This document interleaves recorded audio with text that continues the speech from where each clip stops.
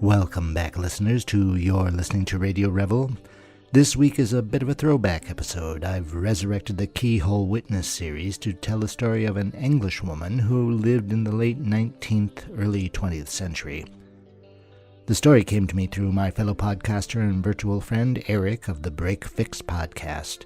He had someone reach out to him with the idea of elaborating a story about the woman who has been credited with sitting for the Rolls Royce mascot known as the Spirit of Ecstasy. After researching this woman and the men she rubbed elbows with, I came up with this story, a kind of alternative look at the legend, as well as a bit more focused on the woman herself. What I tell, I do not report. I merely tell. Welcome to a new Keyhole Witness episode titled The Spirit of Everywoman.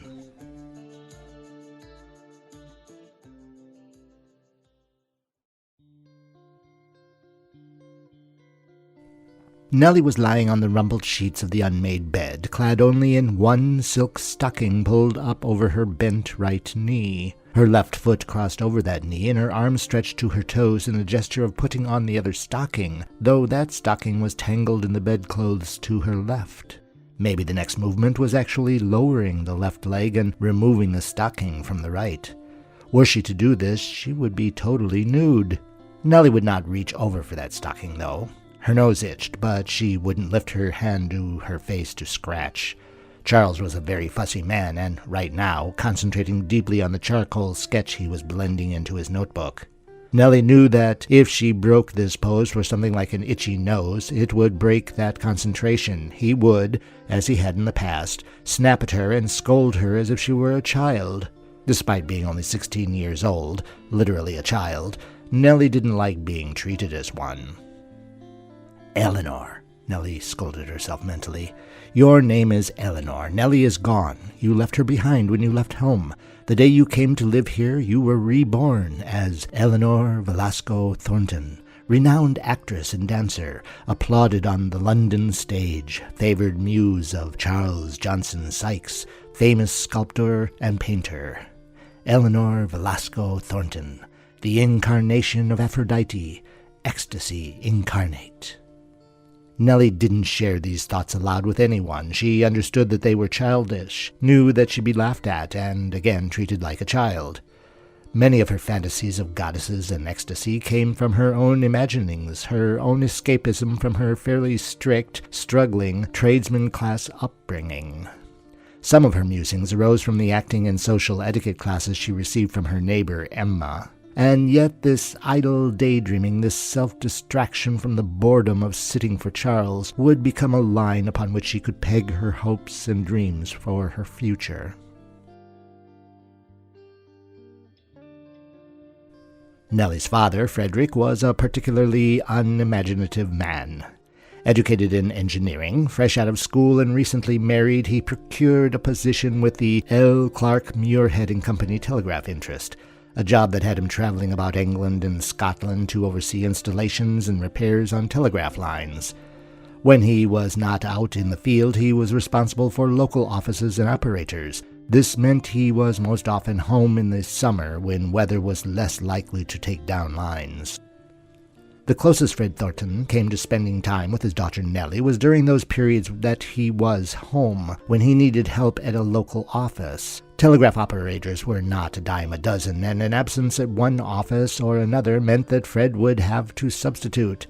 And when there were 2 or more absences, Fred would take Nelly, and later her younger sister Rose, park them in the swivel chair and have them attend to both the incoming and outgoing messages.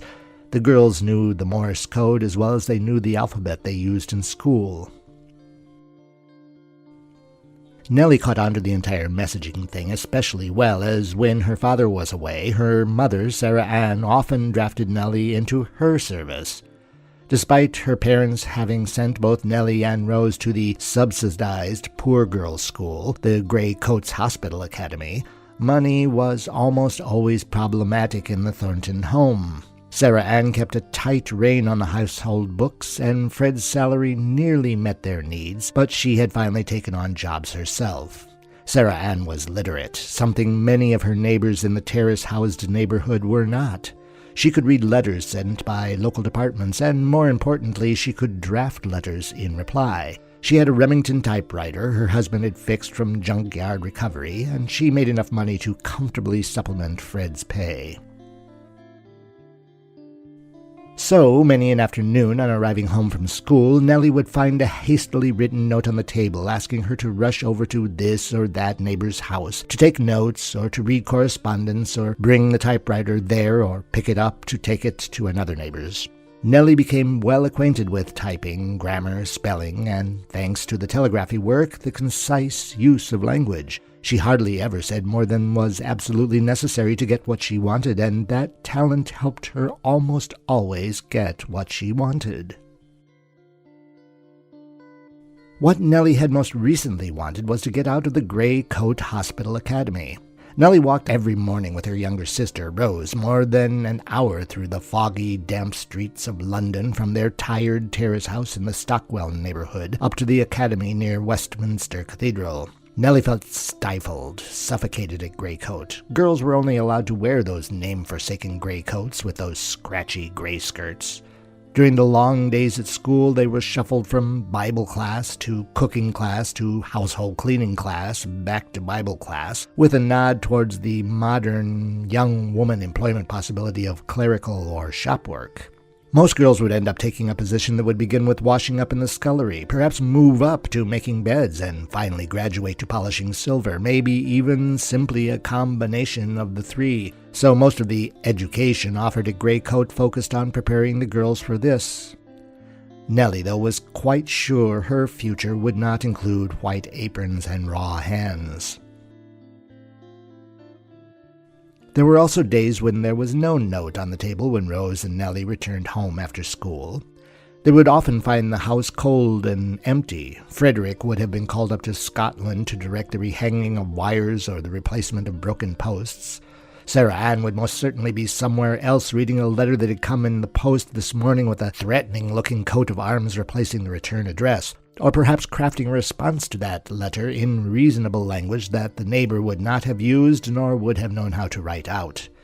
An empty, cold house was no problem. Right next door the girls would find Emmeline, whom they called Emma, fussing about in her kitchen with a hot kettle ready on the stove and a bit of bread and jam spread out on the table. Eleanor Velasco was an exotic member of the Stockwell Terrace house community. Despite having a Spanish-sounding surname, Emmeline was Polish. She had come to London with her Ukrainian husband mainly because it was in London that she could find clients for her ever-burgeoning acting/social graces school. While she and her husband Ralph plotted and planned the school they would eventually open in Devon years later, Emmeline gave allocution and poise lessons throughout the year to young artistes recently arrived in London.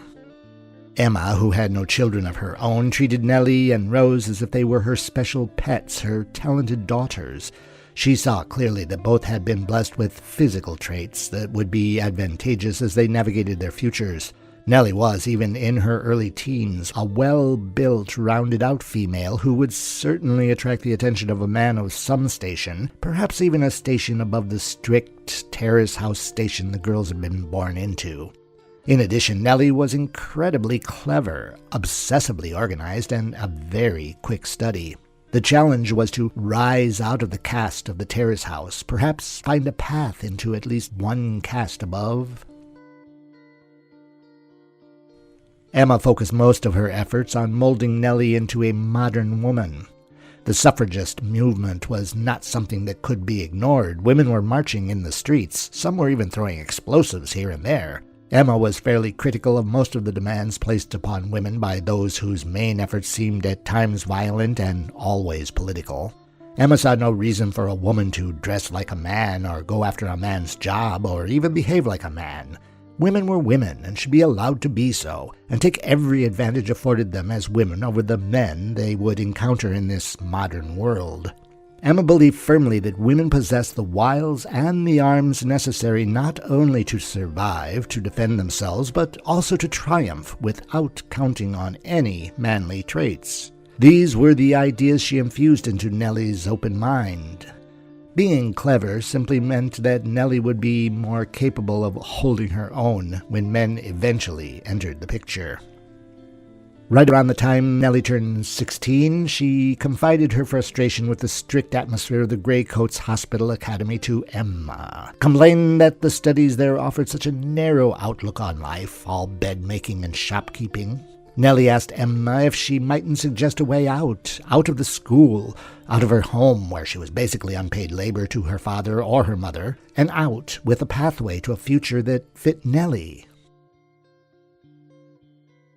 Emma hobnobbed with most of the artists who lived in the Bohemian Chelsea neighborhood, in small flats in the ancient Pheasantry, that building that only decades earlier had housed the principal nursery for the exotic pheasants and live-hunted animals shot at by the nobility. She enjoyed the company, especially of the actresses, models, and dancers, 3 professions that women could aspire to without much male obstruction, although the aspiration to these always seemed to be considered secondary to respectful marriage and homemaking. These women were often discriminated by society as not much more than pseudo-prostitutes. Even so, Emma thought Nelly might fit in with that Bohemian crowd, or at least get a start among them. Emma first consulted with Sarah Ann, who knew her daughter was headstrong. Obliging her daughter to take that hour-long walk to the Grey Coat Academy that only restricted her growth as a person would finally end in an uncontrollable rebellion with a probable unfortunate outcome. Sarah Ann agreed to allow Nelly to take a room at the Pheasantry in Chelsea. Emma had vouched for others who lived in the complex, especially one Charles Sykes, a young artist, then 27 years old, who was beginning to make a name for himself as a sculptor, who might agree to serving as a type of mentor or guardian to the girl while she got her feet wet. With her looks, Nelly might even take on work as a paid artist's model for Sykes and other artists living there, in this way begin to make a living for herself. So it was that, with her mother's hesitant blessings and her father's near-total ignorance, Nelly, only 16 years old, an age that many girls began looking for positions, quit the Greycoats Hospital Academy, moved out of her parents' home, and began her career as an actress, a dancer, and an artist's model. That last, artist model, that's what placed her on Charles's bed in Charles's apartments at the Pheasantry in Chelsea. A knock on the door broke into Charles's concentration, and he groaned, no, actually growled at the interruption. He shouted a distracted, "What?" in the direction of the closed door, which opened, and one of his mates hesitantly leaned in to tell Charles that Monty and Sis were in the drawing room asking after him. Charles growled again. The mate softly closed the door. Nelly lifted her head slightly to make eye contact with Charles, who cursed and told her that he'd forgotten plans he'd made with some friends. She could get dressed. They were done for the day. Nelly was glad of that. She finally reached up and rubbed under her nostrils with energy before she rescued her stocking from the sheets, pulled it on, then wrapped herself in the dressing gown she'd worn to the sitting. As she passed through the drawing room, she saw a couple standing next to the fireplace who somehow seemed out of place in these apartments, like nobility descending into the world of the proles for a disagreeable, fleeting moment. The man noticed Nelly, but rapidly looked away. The woman made a more careful assessment, but also turned away when Charles came in from the bedroom and greeted them. Nelly slipped out the main door of the apartment and climbed the stairs to her own room that she shared with 2 other girls in the attic.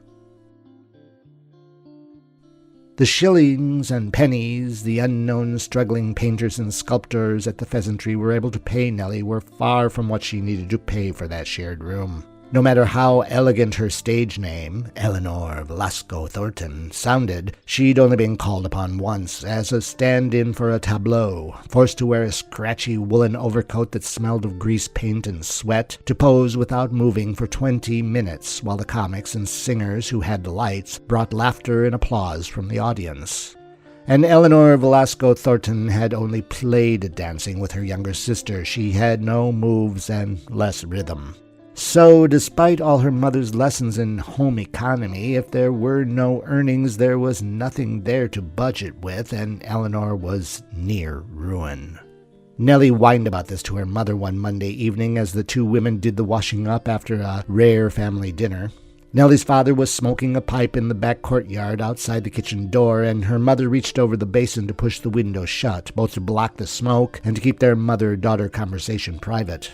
Fred had not been approving of his oldest daughter's move into the pheasantry, which he considered the den of inequity in London. Sarah Ann began clanking the stoneware plates in the water to make a distracting sound from the words she meant only for her daughter to hear. "See here, Nelly, I know how important it was for you to get out on your own. I know you thought you weren't going anywhere at Greycoat. Now, having one less tuition to pay has been a bit of a relief on expenses around here, but not enough that your father and I can support you in your current lifestyle, and especially not the lifestyle of an actress or a dancer." No! Sarah Ann held up a wet, soapy finger to Nelly's objection. "Your father is way too conscious for your excuses, so there's no use you asking me or him for any money. You need to take advantage of what you do have.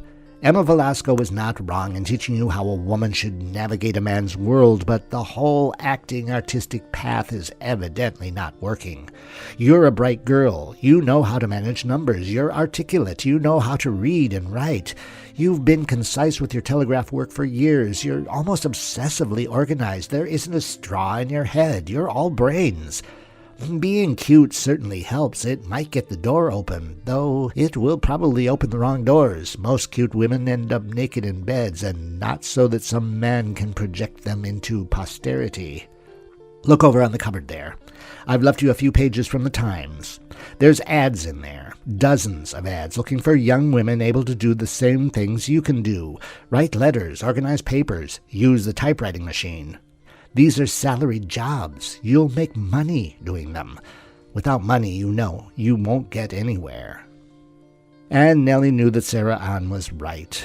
It was unlikely Eleanor Velasco Thornton would ever actually support herself as a member of that clan of Bohemians who were likewise nearly unable to support themselves. If Eleanor was to move forward, it would be in the serious world where her natural, almost inherited practicality of thought would be her best advantage. Eleanor had drive, and was smart enough to know when the road her drive was taking her down was probably not the one that would most directly take her to her desired destination. Nelly, or perhaps now that it's been nearly a year since she's moved away from home, we should call her Eleanor, was sitting for Charles again. Though she wasn't really sitting, she was standing in his bathroom, leaning over the large tub towards a huge oval-shaped mirror hanging on the tiled wall. This time Charles had draped a long bolt of gauze over her shoulders, suggesting some type of a mythological bathing gown, something to partially discover the immodesty of a nymph at a pond in the forest. And uncharacteristically, as he sketched, he chatted with her, asking her how her search for a day job had been going. Eleanor explained, while trying to keep as still as possible in the somewhat uncomfortable lean, that she'd been rising nearly every morning, buying the Times, clipping an advertisement, getting dressed in her only formal dress and hat and shoes, interviewing for a position or simply leaving a typewritten note in different offices about the city. She was not especially enthusiastic today. The insurance office, the scrivener's shop, the hat manufacturers, all had been polite, but none had sent word of employment. Charles quipped "That's too bad," and kept on sketching. Once he'd finished up and told Eleanor that she could dress, Charles suddenly remembered something that he'd forgotten, again not uncommon in his character. He told Eleanor that he had a friend who had just recently become a founding member of what would be some kind of automobile club in the city, and that the gentleman who was named secretary of this club, one Claude Goodman Johnson, was looking around for some clerical help to get the offices of the club up and running. Charles asked Eleanor if she'd be interested, and she replied that automobiles couldn't be any more mundane than insurance or women's hats, could even be something exciting. They were new and somewhat controversial. Charles scribbled out a note of introduction in his sketchbook and handed her the leaf, and Eleanor planned to visit the offices the next day.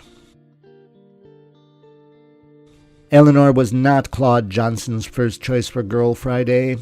She seemed fairly young and had an air of frivolity that could just be perceived under an otherwise serious demeanor. She was also really attractive, something that could be problematic to his personal life.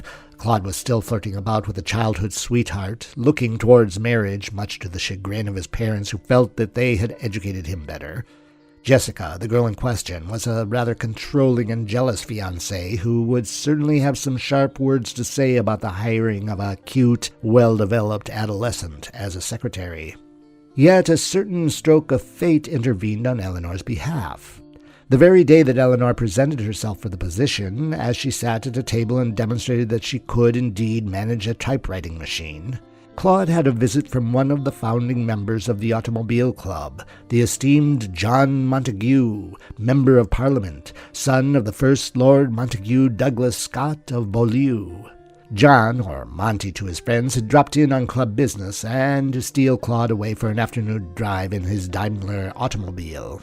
Looking over at that young woman clacking away on that infernal writing machine, Monty had the strange intuition that he'd seen her somewhere before. Without making any connections, he turned to Claude and made a comment on how a good-looking secretary certainly brightened up a drab office space. Eleanor worked for Claude from 1897 until 1902. In those years, she proved herself to be an organized, intelligent woman with an uncanny talent for event logistics. Her work on the club-sponsored famous 1,000-mile trials in the spring of 1900 was hardly applauded enough. From heading off local protests against motor cars, still considered by rural folk as a nuisance at the least and a real danger to body and property at most, to simply making sure there was petrol available along the route, as well as reserving hotels, restaurants, and catering services, Eleanor naturally and effortlessly shined. Like any event planner, the better the job done, the more invisible they become. The 1,000-mile trials was a massive success for the Automobile Club of Great Britain and Ireland, and so Eleanor went almost totally unnoticed. But not totally. Soon-to-be Second Lord Montagu of Beaulieu, that is, Monty, who had, as a founding member of the Automobile Club, had an active role in the planning of the trials, who participated with moderate success in the race, well, he had noticed Eleanor and her tireless efforts to pull off this logistical challenge. Monty noticed how she always allowed the men at the planning meetings to think they'd originated an idea to do this or that, when it had been she who had imagined the detail. She always managed all the testosterone in the room with one or two carefully worded sentences. He noticed how she made her simple beauty into an effective tool for getting what she wanted from the men. He had also made the connection during a visit to the club offices with Sykes, who warmly greeted Eleanor, that he'd seen her so scantily clothed in Sykes' apartments about a year ago, an image he could and would superimpose on the serious professional look she presented in the Automobile Club offices. Monty could certainly give the impression of a man of means, a member of the wealthy class who moves through life's challenges with the confidence that a fat bank balance and secret business connections afford. But at the time he was motoring about in his Daimler, impressing the other rich men in his motoring circle, he was actually living off his father's estate. Having been voted a member of Parliament just a few years earlier at least ensured that he could brandish his own reputation, and he had plenty of influential friends, but the truth be known, and it was kind of known, just around 1902, Monty found himself pretty much broke. It was then when one of his friends, the newspaperman Alfred Harmsworth, offered him an opportunity to make a living within the strict class expectations of his caste.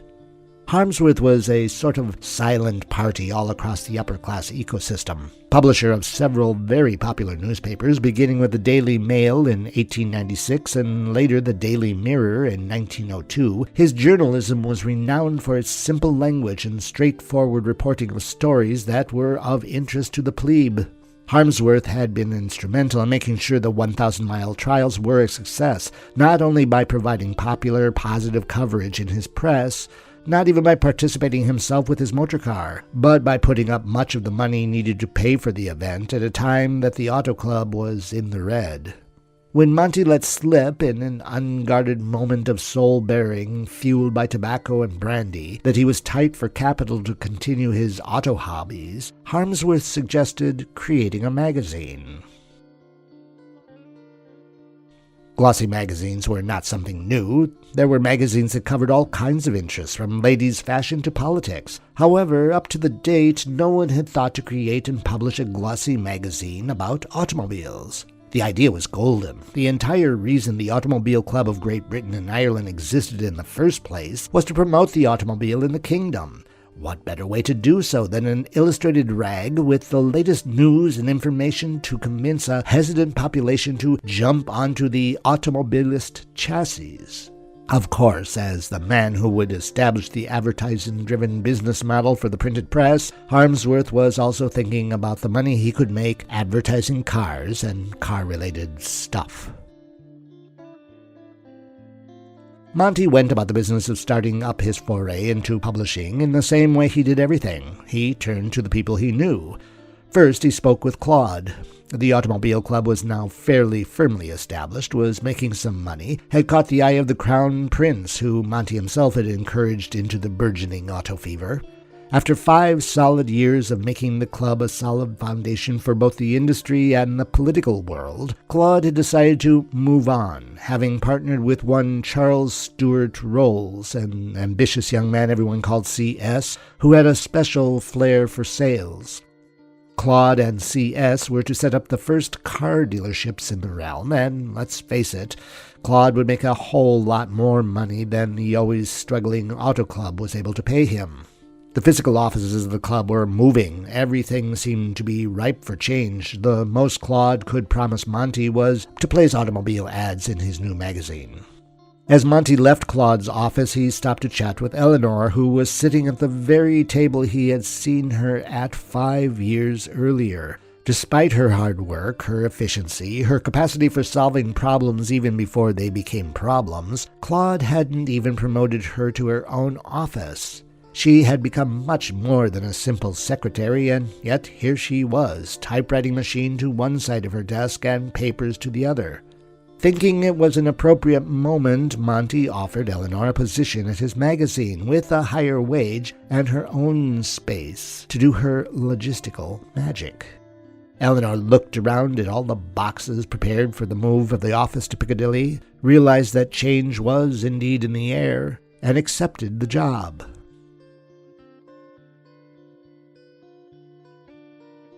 No one really knows when Eleanor and Monty started their affair. It at least had to have started soon after Eleanor's taking the job at Car Illustrated. In 1903, Eleanor found herself pregnant and giving birth to her only child, a girl, Joan, who she held briefly after the delivery, then immediately gave into adoption. Monty could not possibly recognize the child publicly. He was happily married to Lady Cecil Victoria Constance Kerr Douglas Scott Montagu. He was a member of Parliament. At some point he'd become the second Lord Montagu of Beaulieu. Eleanor could not become a single mother. That would simply cast her into infamy. She would lose her hard-earned status, her job, her connections, albeit superficial, with the rich and powerful men her lover rubbed elbows with. So Joan was given over to the Iresons, a lovely couple who became friends with Monty and his wife, Lady Cis. Lady Cis was a woman who was always the even-headed one in any room, the wife who knew her husband varnished his walking stick elsewhere but helped him keep it discreet. Cis would make sure that Monty took good care of his responsibilities to Joan, even if they were to be kept secret. Eleanor would later consider the decision to give up her child to have been the hardest she'd had to make in her life, but there it was, done and over. She had chosen both her affair with the married man and her career as his attaché over the harsh realities of single motherhood in early 20th century England. Monty, for his part, was entirely smitten by Eleanor.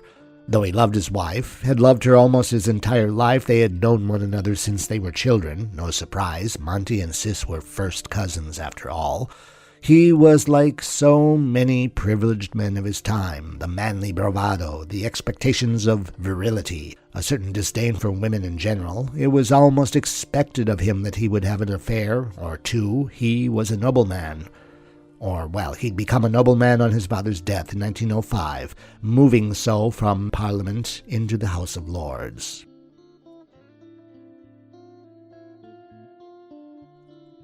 Now, you'll recall that Claude Johnson had partnered up with a C.S. Rolls to open automobile salons and sell the machines to well-to-do Englishmen. Well, right around the time that Monty was packing up his papers and moving them from one governmental office into another, both Claude and C.S. had met an automobile engineer by the name of Frederick Henry Royce. His cars were well made, had a touch of the luxurious, and Claude and C.S. saw how they could focus exclusively on Royce's designs and stability to create an exclusive car fit for the exclusive buyer. The Rolls Royce became a thing, and Claude became the company's first boss. Monty, now a lord, got caught up in the whole exclusivity idea. He'd been placing ads in his magazine for all kinds of automobiles, with prices ranging from the affordable to prohibitive, and the new Rolls Royce Silver Ghost represented the peak of prohibitive. Consequently, the Lord John Walter Edward Montagu Douglas Scott, yes, Monty, had to have one. He was not the only rich man who had one, but he was one of the first. Now, the Rolls-Royce car was so exclusive for many reasons. For example, they were designed with the latest and best concepts of automotive engineering available. Each car was highly personalized, nearly artistically created according to the personal tastes and suggestions of the man purchasing the vehicle. Every detail was planned, consulted, executed with the idea of creating the, quote, best car in the world, a car that a king would drive. One detail, though, was not necessarily considered, or perhaps was considered too bespoken, and that was the car's mascot. The mascot was actually a fancy schmancy radiator cap. You could buy a Rolls-Royce with a traditional, though shiny, stainless steel screw-on cap to cover that access to the radiator, but that would hardly be all that exclusive, would it? Monty certainly didn't think so. He asked his friend Charles Sykes if he couldn't make a design of something that could be stuck on that boring cap, kind of like the figurehead of a ship, something that would symbolize the grace, the beauty, the stealth of the Rolls-Royce Silver Ghost. Sykes had been illustrating for Monty's magazine, Car Illustrated, for years now, had painted portraits of the Rolls-Royce, had actually drawn an entire series of Rolls-Royces driving up to different places, the theater, the horse races, the country home. Sykes liked the idea of making some kind of statuette for his friend, and his playful side had him pulling a box of old sketchbooks off a high shelf in his studio and looking for drawings of one special model he'd drawn years earlier, special because she had been his muse for a couple of years, special because she was quite stunning in the sketches, special because she was Monty's lover, Eleanor. Sykes made a couple of drawings from his sketches. He settled on one that presented a young version of Eleanor, leaning slightly forward, a gauzy bathing garment like one worn by a nymph at a hidden forest pond billowing behind her. This nymph held a finger to her lips. Sykes' hint to Monty that the lovers' affair would always be kept secret between the two friends. Monty was delighted with the little brown statuette Sykes cast for him, bolted it onto every Silver Ghost automobile he used for years. Sykes called the statuette the Whisperer.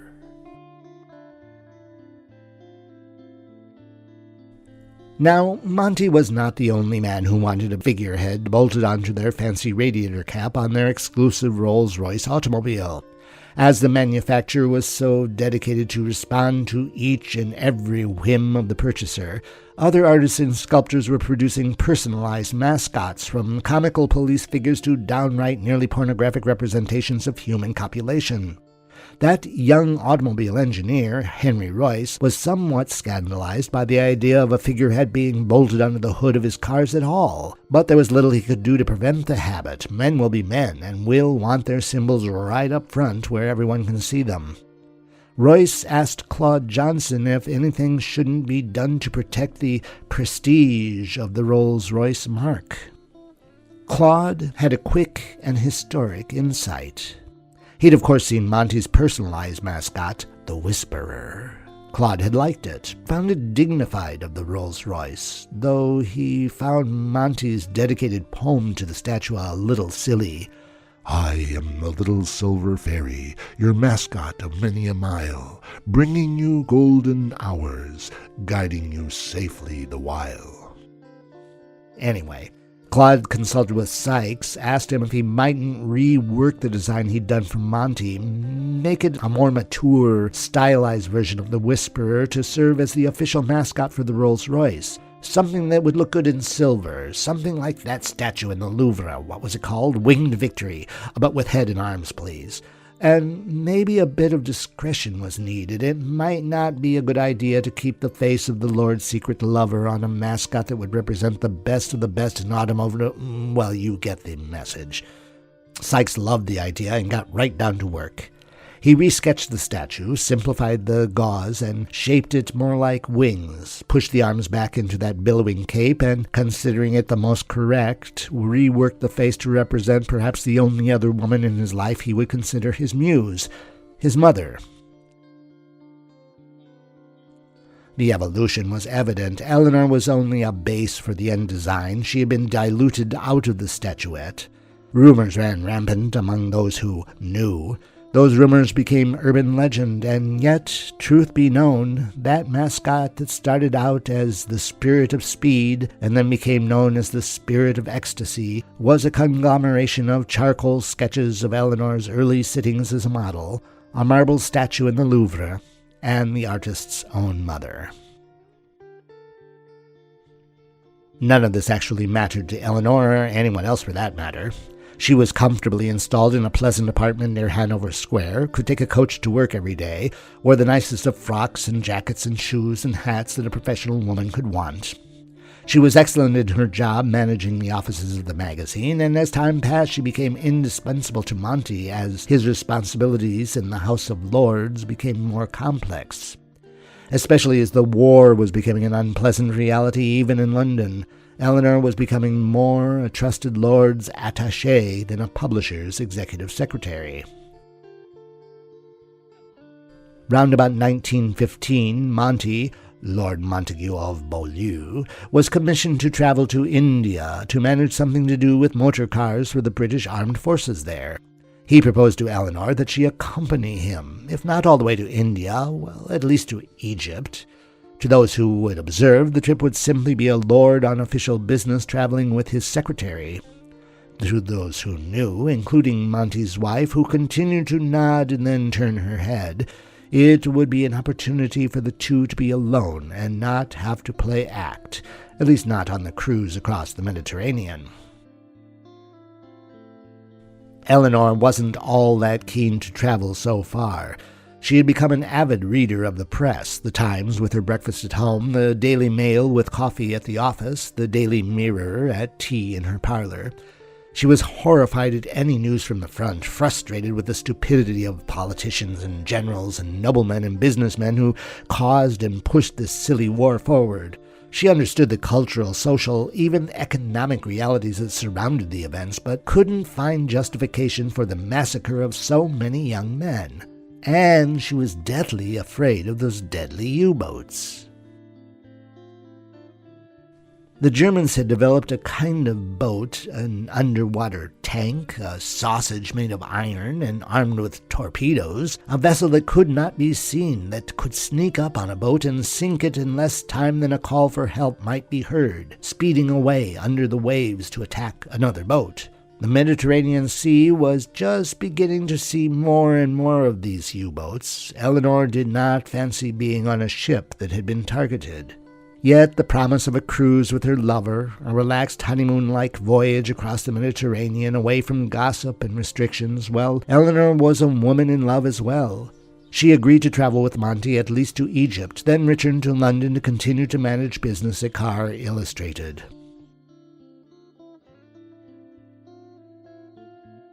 On Christmas Day, 1915, Monty and Eleanor boarded the SS Persia and rapidly settled into the routines of sea travel.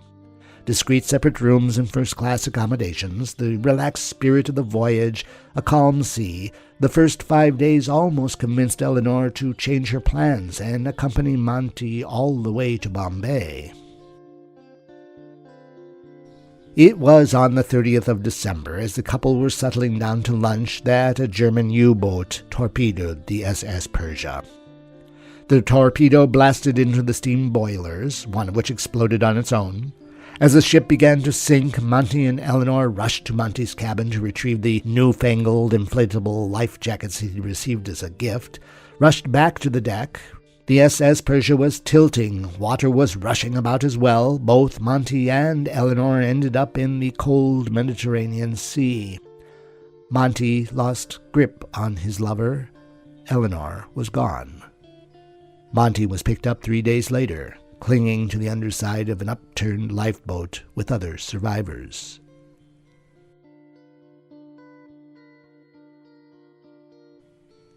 Nelly's father and mother would not see her die. They would both die before her. Her sister Rose married a guy named Gordon. When Eleanor died, Charles Sykes got in touch with Rose and gave her the original mold he'd used to cast the Whisperer for Monty as a memento of her sister. Once Rose died, Gordon remarried. Funny anecdote. Someone broke into Gordon's home once he'd remarried, and among the things stolen was that cast. Funny thing to steal. Around 1910, Eleanor had stopped frequenting the pheasantry, concentrating on her professional career, and so lost touch with Emma Velasco, the allocution teacher. Emma and Ralph finally moved to Devon and opened their acting school. Emma Velasco passed away not long after the war was over. C.S. Rolls, the car salesman, got a bit of air fever, traveled about in hot air balloons, then became the first private person to buy an airplane, one of the first people to fly with Wilbur Wright as a passenger in a biplane, the first pilot to make a non-stop return trip over the English Channel. He did not stop there with being the first, though. C.S. Rolls was the first fatality in British aviation, falling from the sky nose first when the boom of his biplane separated from the chassis.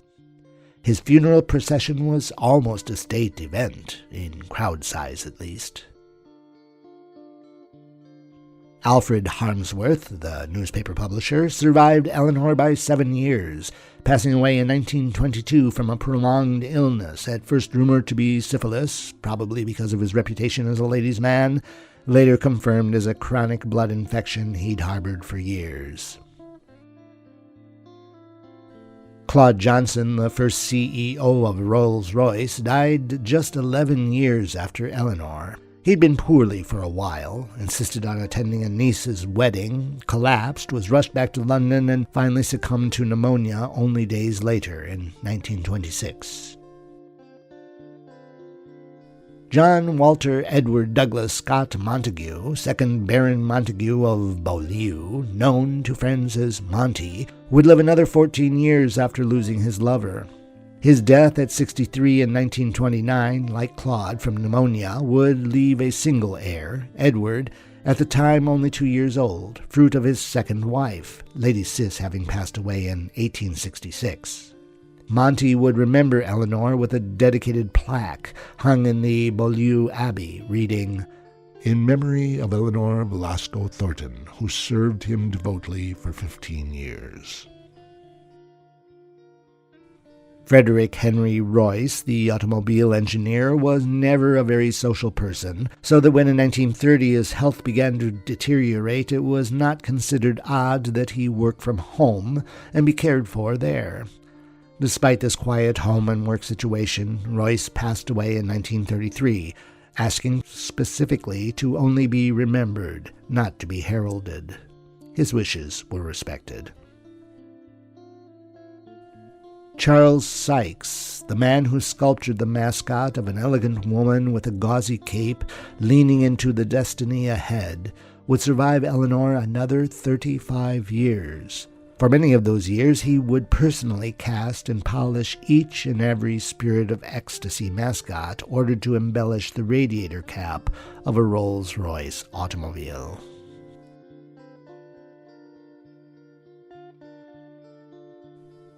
A quick afterword. Contemporary information about Nelly Thornton, more popularly known as Eleanor Velasco Thornton, is so sparse and mostly anchored to the men she worked with and around. It is also conditioned by the necessity of keeping her relationship with Lord Montagu secret, conditioned by social mores and expectations, conditioned by attitudes, prejudices, envies, and gossip that would have made her life a hell had she not been discreet and clever as she evidently was.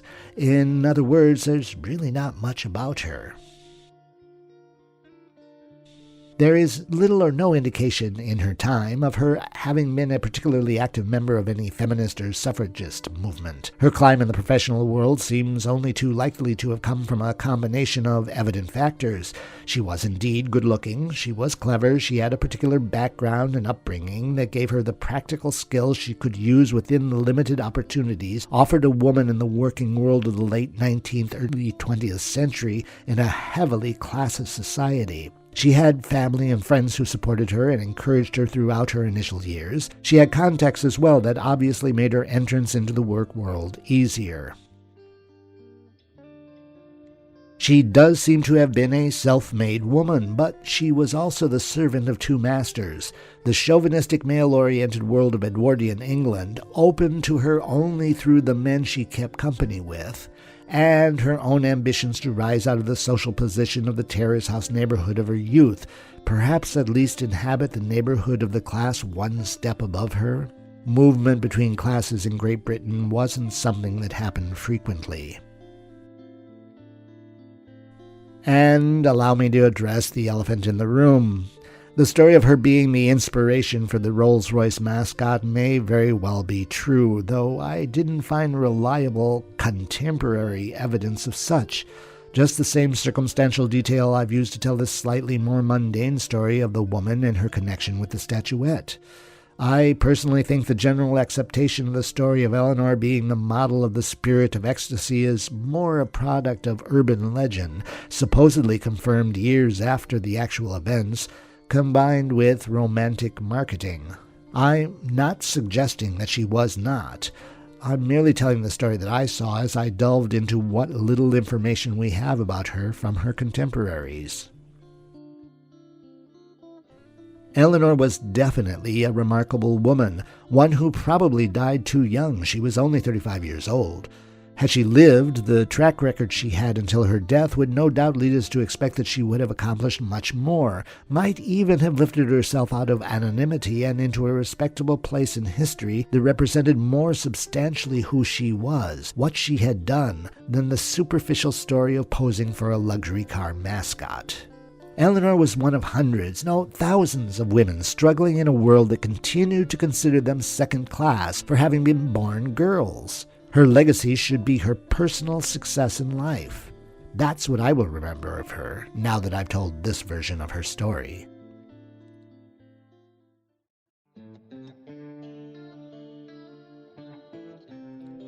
A beautiful, talented, clever woman, able to put men in their places, able to tell men what to do and get them to do it, able to climb a professional ladder, and all that without the men around her taking notice. Hats off to Nelly, Eleanor Velasco Thornton, artist model, secretary, executive secretary, attaché to a lord, the spirit of the successful 20th century Everywoman. Cheers, Eleanor.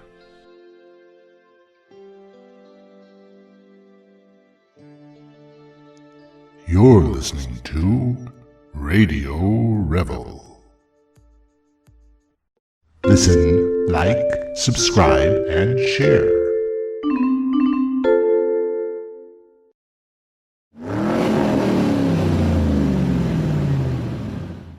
This episode is brought to you in part by the Society of Automotive Historians. They encourage research into any aspect of automotive history.